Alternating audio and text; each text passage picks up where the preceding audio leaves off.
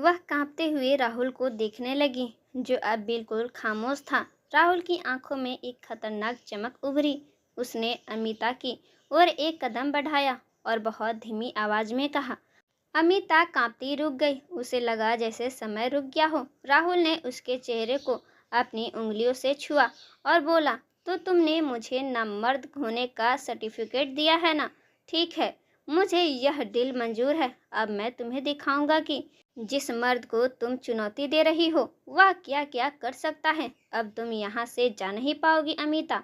अब तुम मेरी कैद में रहोगी। जब तक मैं अपनी मर्दानगी का सबूत तुम्हारी रूह तक को ना दे दूं, तब तक मैं तुम्हारे करीब से एक पल के लिए भी दूर नहीं जाऊंगा। अब मैं तुम्हें अपने मर्दानगी होने का सबूत दूंगा, और वह भी अलग अलग तरीके से। होटल के पिछले गार्डन में अंधेरा छाया था। राहुल ने नमिता की कलाई थामी और उसे घसीटता हुआ वापस हॉल की तरफ ले चला। जाओ नमिता, कह दो दुनिया से वह सब जो अभी तुमने मुझसे कहा है। हो जाओ आजाद, बचा लो खुद को मुझसे। राहुल का एक एक शब्द नमिता के कानों में हथौड़े की तरह पड़ रहा था। नमिता के टांगों में जैसे जान निकल गई थी। वह कांप रही थी। हॉल में पहुंचते ही सबकी निगाहें उस पर टिक गई। राहुल ने उसे सबके सामने खड़ा कर दिया। उसका चेहरा सफेद पड़ चुका था। बोलो, राहुल ने बहुत धीमी लेकिन जानलेवा लहजे में कहा। अमिता की जुबान तालू में जा लगी। बड़ी महफिल में वह जवाब दे गई। उसे याद आया कि कैसे बचपन से उस बाल विवाह को राहुल ने आज तक एक पवित्र बंधन की तरह निभाया था। राहुल ने बचपन से लेकर आज तक नमिता के अलावा किसी और दूसरी लड़की को आंख उठाकर भी नहीं देखा था। उसके लिए नमिता ही उसकी पहली और आखिरी पसंद थी। आज वह ऐसे निष्ठावान पति पर इतनी नीच इल्जाम सबके सामने कैसे लगा देती? उसके कानों में निर्मला आंटी की धमकी गूंज रही थी। अगर आज तुमने राहुल से अलग होने का तमाशा नहीं किया तो मैं तुम्हें जलील कर दूंगी। उस पर नामर्द होने का इल्जाम लगाओ। हम जानते हैं वह रात भर तुम्हारे करीब नहीं आता। नमिता के सामने खड़े राहुल की आंखों में अंगारे थे। उसने नमिता के कान में झुककर आखिरी चेतावनी दी। अगर तुमने अभी नहीं बोला तो आज की रात मैं बहुत अच्छे तरीके से सबूत दूंगा। मैं बहुत अच्छे तरीके से साबित करूंगा कि मैं कितना मर्द हूँ और किस किस अंदाज में तुम्हें आज संतुष्ट करूंगा कि तुम सोच भी नहीं सकोगी। आखिरी मौका है, बोलो और हो जाओ आजाद। बचा लो खुद को मुझसे। नमिता यह सब झेल नहीं पाई और चक्कर खाकर गिरने लगी। राहुल ने फुर्ती से उसे अपनी बाहों में थाम लिया। वह जानता था कि नमिता में इतनी जरूरत नहीं है कि वह सबके सामने ऐसे कुछ कह सके, लेकिन उसने बंद कमरे में जो कहा था उसका हिसाब तो राहुल आज रात लेकर ही रहेगा। इधर हवेली में 2 घंटे बीत चुके थे। निर्मला आंटी और तन्वी बेचैनी से टहल रही थी। तभी सतीश जी अंदर आए। राहुल और नमिता अभी तक वापस क्यों नहीं आए? निर्मला ने घबराहट में पूछा। मौसम बहुत खराब हो गया है, इसलिए राहुल नमिता को लेकर हमारे फार्म हाउस चला गया है। वह आज रात वहीं रुकेंगे। सतीश जी ने शांत भाव में कहा। फार्म हाउस पर क्यों? तन्वी लगभग चीख पड़ी। वह उसकी पत्नी है तन्वी। वैसे भी नमिता की तबीयत ठीक नहीं थी। सतीश जी ने उन्हें एक तीखी नज़र से देखा और अपने कमरे की ओर बढ़ गए। तन्वी के आंसू निकल आए। आंटी, अब तो वे दोनों फार्म हाउस में अकेले होंगे। नमिता ने वह सब क्यों नहीं कहा? मुझे यकीन था कि आज वह राहुल की जिंदगी से निकल जाएगी। बाहर मूसलाधार बारिश शुरू हो गई थी और तन्वी का दिल डूबा जा रहा था। तकरीबन 1 घंटे बाद नमिता को होश आया। सामने सोफे पर राहुल बैठा था। उसकी आंखें लाल अंगारे जैसी थी। कमरे में सिगरेट के धुएं का गुब्बारा था। नमिता का दिल बैठ गया। वह बिस्तर से उतरी और पागलों की तरह दरवाजे की तरफ भागी, लेकिन वह लॉन था।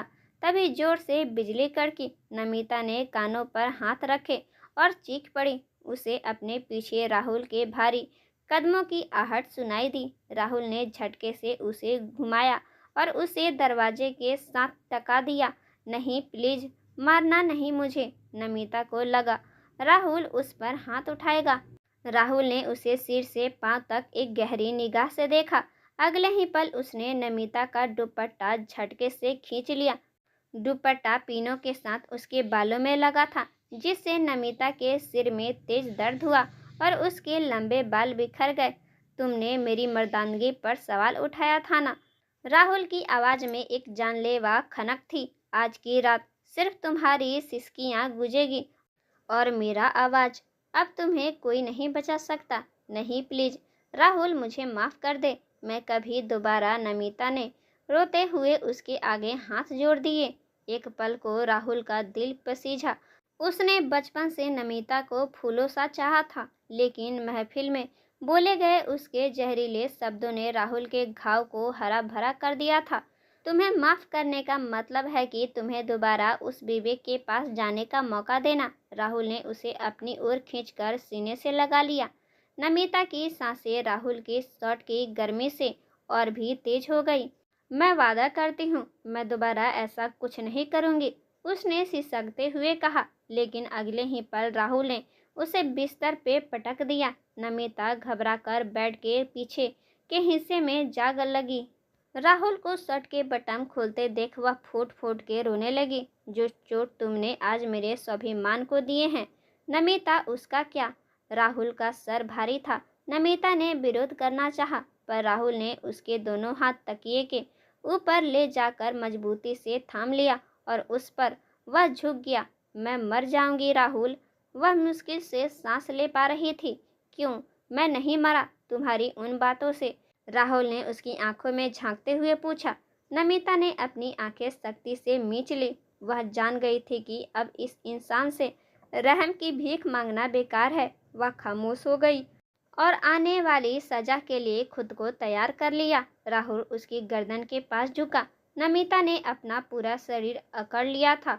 वह डर के मारे अपनी सांसें रोक गई।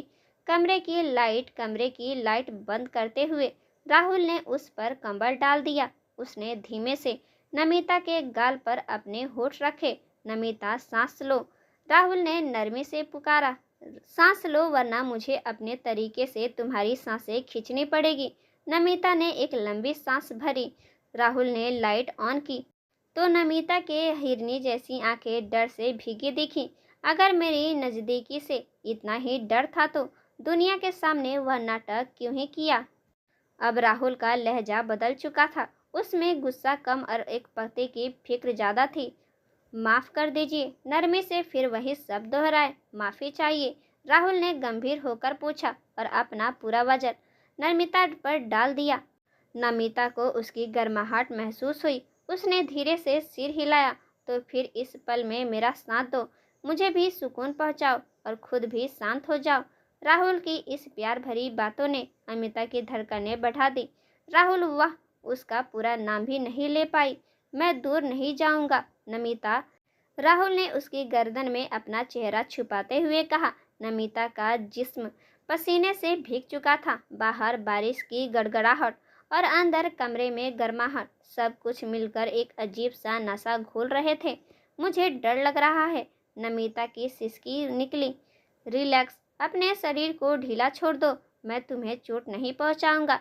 राहुल ने उसके कानों में सरगोशी की। उसकी नरमी नमिता के दिल में घर करती जा रही थी। आपने कहा था आप हर्ट नहीं करेंगे, नमिता ने मासूमियत से कहा। हर्ट नहीं कर रहा नमिता, सिर्फ तुम्हें हकीकत का एहसास करा रहा हूँ। राहुल ने उसे अपनी बाहों में और कस लिया।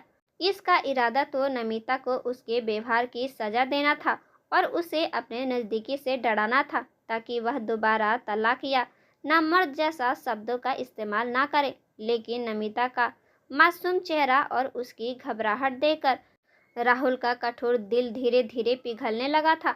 राहुल के भीतर एक गुस्सा अब शांत हो चुका था। नमिता का डर देखकर उसे एहसास हुआ कि वह अपनी मर्दानगी साबित करने के जुनून में उस कोमल लड़की को डरा रहा है जिसे उसने बचपन से चाहा था।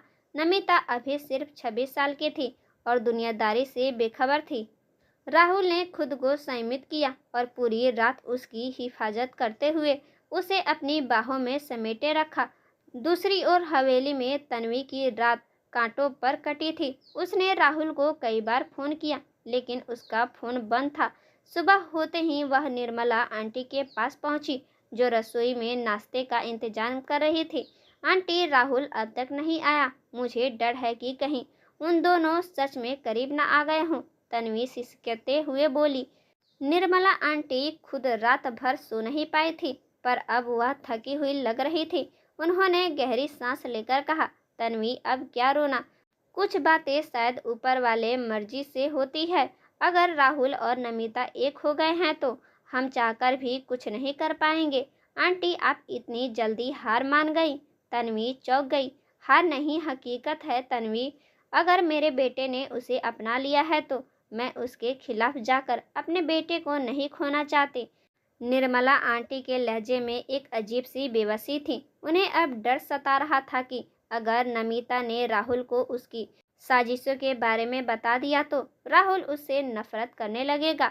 सुबह जब नमिता की आंख खुली तो उसे लगा वह बादलों पर है। उसने आंखें मली तो सामने राहुल का मुस्कुराता हुआ चेहरा था। उठ गई। चलो फ्रेश हो जाओ, राहुल ने शरारत से कहा और उसे अपनी बाहों में उठाकर बाथरूम की ओर ले गया। नमिता घबरा गई। राहुल, आप क्या कर रहे हैं? कोई देख लेगा। राहुल ने उसे बाथटब के पास खड़ा किया और आंखों में चमक लाते हुए बोला, यहाँ हमारे अलावा और कोई नहीं है नमिता। पति अपनी पत्नी का ख्याल रखता है तो इसमें बुरा क्या है। उसने गुलाब की कुछ पंखुड़ियां नमिता पर बिखेरी और उसे अपनी बाहों में घेर लिया।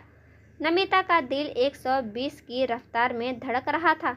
आप बहुत बेबाक हैं। उसने शर्माते हुए राहुल के सीने पे चेहरा छुपा लिया। और तुम बहुत नाजुक हो।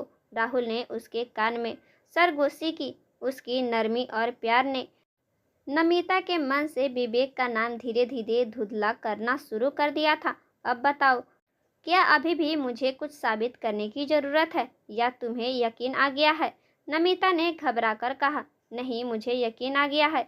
राहुल उसे बाहर लाया और एक नए खूबसूरत जोड़े उसके हाथ में थमाया। नमिता हैरान रह गई। यह ड्रेस कहाँ से आई? तुम्हारी हर पसंद का ख्याल है मुझे।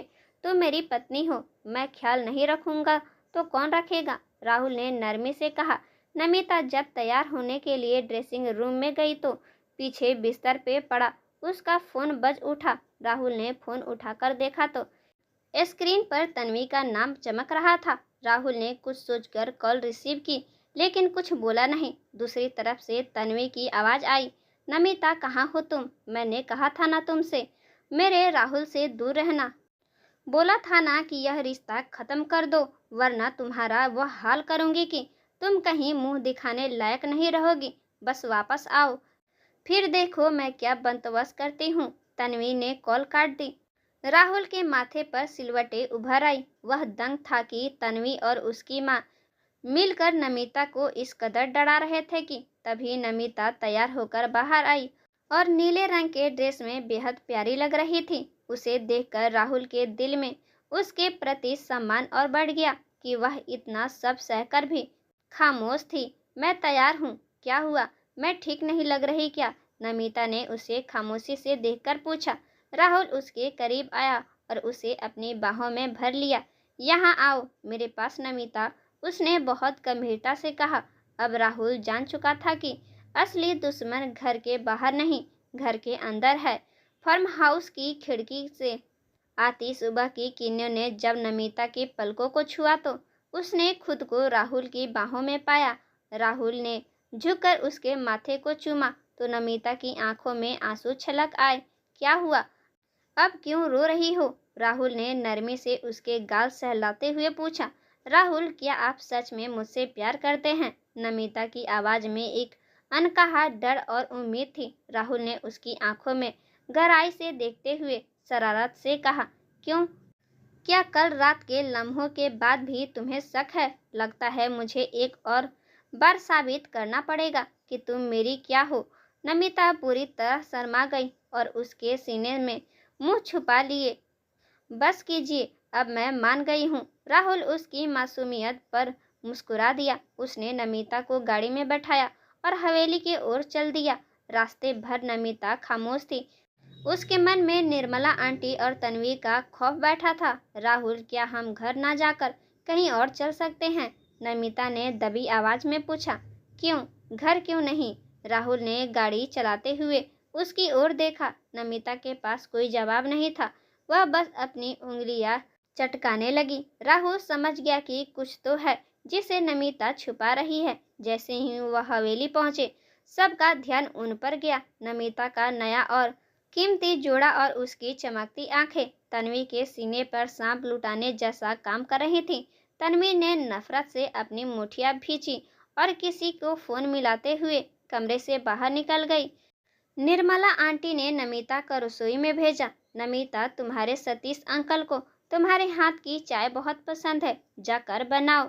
नमिता जैसे ही किचन में पहुंची, तन्वी वहां पहले से मौजूद थी। बहुत शौक है ना तुम्हें राहुल की पत्नी बनने का? देखो अब मैं तुम्हारे साथ क्या करती हूँ। तन्वी वहां से सीधे राहुल के पास गई और उसने कहा, राहुल किचन में कोई है और मुझे डर लग रहा है। राहुल ने तन्वी को किनारे हटाया। उसे नमिता की चिंता हो रही थी। वह तेजी से किचन में पहुंचा। वहां का नजारा देखकर उसका खून खौल उठा। वह अजनबी आदमी नमिता को जबरदस्ती पकड़े हुए था और नमिता छटपटा रही थी। राहुल ने झटपट उस आदमी को गर्दन से पकड़ा और पीछे खींचकर एक जोरदार मुक्का मारा। कौन हो तुम? यहाँ कैसे आए? वह आदमी अपने मुंह से खून पोंछते हुए कमीनगी से बोला, मैं खुद नहीं आया, मुझे इस लड़की ने बुलाया था। राहुल का दिमाग सन रह गया। उसने एक और थप्पड़ उस शख्स के मुंह पर मारा। तभी सतीश जी और निर्मला आंटी भी वहां पहुंच गए। सतीश जी ने राहुल को रोका। राहुल रुक जाओ, पुलिस को फोन करो। नमिता दीवार से लगकर बुरी तरह रो रही थी, जबकि वह अजनबी आदमी बार बार नमिता की ओर इशारा करके उसे बदनाम करने की कोशिश कर रहा था। राहुल की नजरें अब नमिता की ओर मुड़ी, जिसमें हजारे सवाल और एक गहरा दर्द था। मैंने पुलिस को कॉल कर दी है। राहुल बस करो बेटा, खुद को संभालो। सतीश जी ने राहुल को पीछे खींचते हुए कहा। वह अजनबी शख्स जमीन पर अधमरा पड़ा था। पुलिस का नाम सुनते ही तन्वी का दिल सूखे पत्ते की तरह कांपने लगा। राहुल फिर से उस शख्स पर झटका, लेकिन इस बार निर्मला ने उसे रोका। राहुल, नमिता को संभालो, वह बहुत डर गई है। उन्होंने घबराहट में कहा, जब तक मैं इसके किए की सजा नहीं दे देता, मैं इसे नहीं छोड़ूंगा। राहुल हड़बड़ाया। इतने में मुलाजिम ने इंस्पेक्टर के पहुंचने की सूचना दी। राहुल उस शख्स को गर्दन से पकड़ के घसीटता हुआ आंगन में ले आया और पुलिस के हवाले कर दिया। इंस्पेक्टर विक्रम ने उस शख्स को अपनी हिरासत में ले लिया। मैं खुद नहीं आया था, मुझे इस लड़की ने बुलाया था, उस शख्स ने तन्वी की ओर इशारा करते हुए कहा। तन्वी का दिल बुरी तरह घबराया और उसके माथे पर पसीने की बूंदें चमकने लगी। राहुल उसकी ओर बढ़ा। मुझे अंदाजा नहीं था कि तुम इस हद तक गिर जाओगी। राहुल की ऊंची दहाड़ पे वह बुरी तरह सहम के पीछे हटी। मेरी पत्नी को कुछ भी हो जाता तो यकीन करो मैं तुम्हारी रूह खींच लेता। राहुल की भारी आवाज पर तन्वी ने रोते हुए उसे शिकायती अंदाज में देखा। इससे पहले कि मैं कुछ कर जाऊं, यहाँ से दफा हो जाओ और दोबारा इस घर में कदम मत रखना। राहुल ने कत्ल अंदाज में कहा। बेटा, वह हमारे पड़ोसी हैं, सालों का रिश्ता है। निर्मला आंटी ने बोलना चाहा, इसलिए लिहाज कर रहा हूँ माँ, वरना पुलिस के हवाले करने में मुझे देर नहीं लगती। राहुल ने अपनी बात स्पष्ट की। निर्मला आंटी ने तन्वी को वहां से जाने का इशारा किया और वह पलक झपकते ही वहां से निकल गई। राहुल अगर उसे पुलिस को दे देता तो अपनी जान बच जाने पर शुक्र मनाती और वहां से निकल गई। निर्मला आंटी ने उसे ड्राइवर के साथ उसके घर रवाना कर दिया। वह अपराधी सख्त भी हाथ जोड़कर माफी मांग रहा था।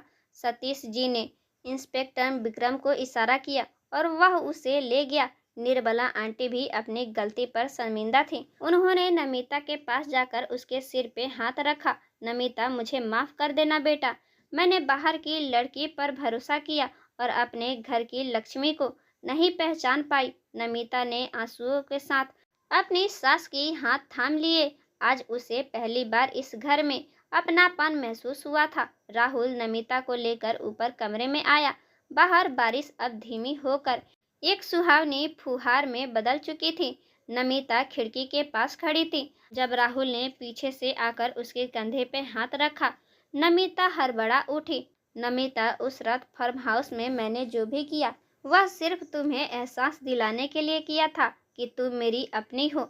मेरा इरादा तुम्हें डराना नहीं था, ताकि तुम खुद को दूसरे के बहकावे में आकर नीचा ना समझो। राहुल ने उसके कानों के पास बेहद नरमी से कहा। नमिता उसकी ओर पलटी। उसकी आंखों में अब विवेक की याद नहीं बल्कि राहुल के लिए सम्मान था। मुझे लगा था आप मुझसे बदला ले रहे हैं। राहुल मुस्कुराया और उसके उलझते बालों को संवारते हुए बोला, बचपन में जब हमने साथ फेरे लिए थे, तभी मैंने तय कर लिया था कि मेरी दुनिया तुम ही रहोगी। उस वादे को मैंने आज तक निभाया है और मरने दम तक निभाऊंगा। नमिता ने अपनी मासूमियत से पूछा, तो क्या अब कोई सजा नहीं मिलेगी? राहुल ने उसे अपनी बाहों के घेरे में लेते हुए शरारत से कहा, सजा तो मिलेगी, लेकिन अब वह प्यार की सजा होगी। अब तुम्हें ताउम्र मेरी ही कैद में रहना होगा, जहाँ सिर्फ मेरा हक और मेरी मोहब्बत होगी। नमिता ने मुस्कुराकर अपना सिर राहुल के सीने पर टिका दिया। कमरे की मध्य रोशनी और बाहर की शीतल हवा गवाह थी कि एक जबरदस्ती का रिश्ता अब रूहानी बंधन में बदल चुका था। नमिता को अपनी आज़ादी मिल चुकी थी, लेकिन किसी और के पास भागने की नहीं, बल्कि राहुल के दिल में हमेशा के लिए बस जाने की। तो दोस्तों, कैसी लगी आपको यह कहानी? कमेंट करके ज़रूर बताइएगा। वीडियो पसंद आए हो तो लाइक, साथ ही हमारे चैनल को सब्सक्राइब करना बिल्कुल भी मत भूलिएगा। मिलते हैं कुछ ऐसे ही नए दिलचस्प कहानियों के साथ। धन्यवाद।